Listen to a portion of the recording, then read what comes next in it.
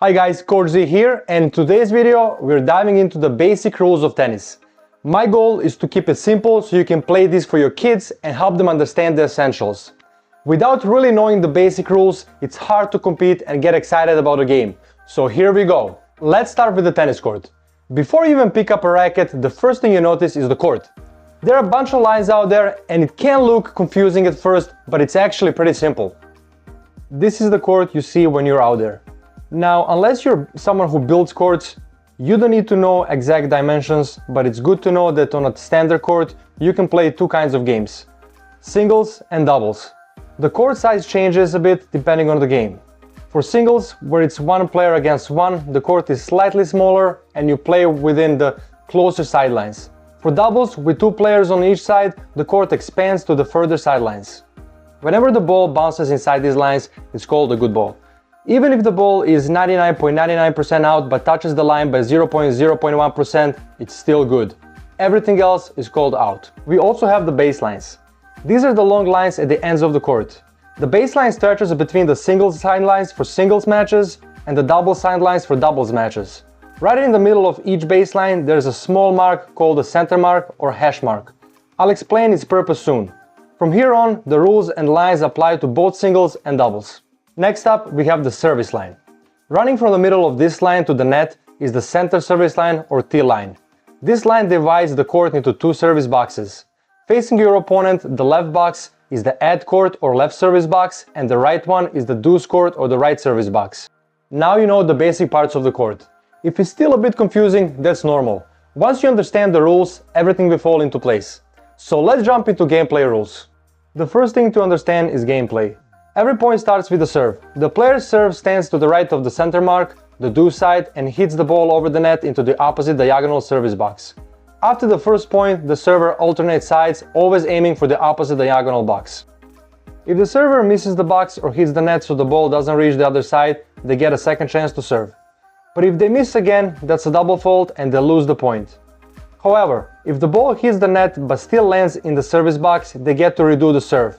But if it happens 3 times in a row, they'll lose that serve. Once the serve is in, the rally begins. From here, there are only 3 things to remember. The ball must go over the net, stay within the lines, and only bounce once. The player who manages to do that longer wins the point. Simple, right? Now let's talk about scoring in tennis. This part might seem confusing at first, but it'll become a second nature in no time. Let's say Mike is playing against Joe and I've made a scoreboard to help keep track.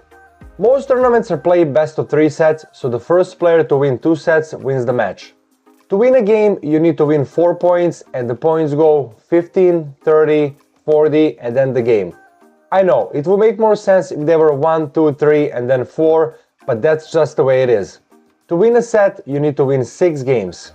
Mike is serving first. He wins the first point, so he's now up 15-0, or as we say in tennis, 15-love. Joe wins the next point, so it's 15-all. Mike wins again, making it 30-15. In tennis, the server score is called first, so in this case it's 30 for Mike, who's serving, and 15 for Joe, who's receiving. Joe then scores and it's 30-all. Joe wins another point, making it 30-40, and wins the next point to take the game. Joe is now up 1-0 in games. In the next game, Joe serves. We skip ahead a few points and it's 40-30 with Joe in the lead.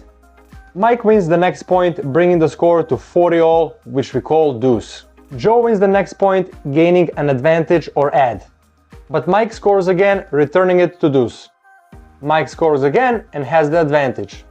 He wins the next point, winning the game, so it's now 1-1 in games. Now let's fast forward to when Mike has 5 games, Joe has 4, and it's 15-40 on Joe's serve. Mike wins the next point, taking the game and the set with a score of 6-4. Joe wins the second set 6-3, bringing the sets to 1-1. Now they're in the deciding set. We skip forward and it's 5-5. Mike serves, up 40-15, and wins the point, making it 6-5. To win the set though, he must lead by 2 games. If Mike wins the next game, he'll take the set 7-5. But instead, Joe wins, bringing the score to 6-6. At this point, we go into a tiebreak. In a tiebreak, the first player to 7 points wins. But they must lead by 2 points, so 7-5 or 8-6 for example. The player who was due to serve the game starts the tiebreak by serving the first point, then the other player serves the next 2 points, and they continue to alternate with the 2 serves each. In our example, Mike wins the tiebreak 7-5, so the final score is 6-4, 3-6, 7-6, game, set and match, Mike. And that's the basic of scoring and gameplay in tennis. Don't worry if it's still a bit tricky, nobody gets it all right away. Try to watch some matches on TV to get the hang of it and it'll sink in quickly. Thanks for watching, let me know in the comments if you have any questions, if the rules make sense to you. If you enjoyed this video, please like, subscribe and let me know what topics you'd like me to cover next. See you on the court!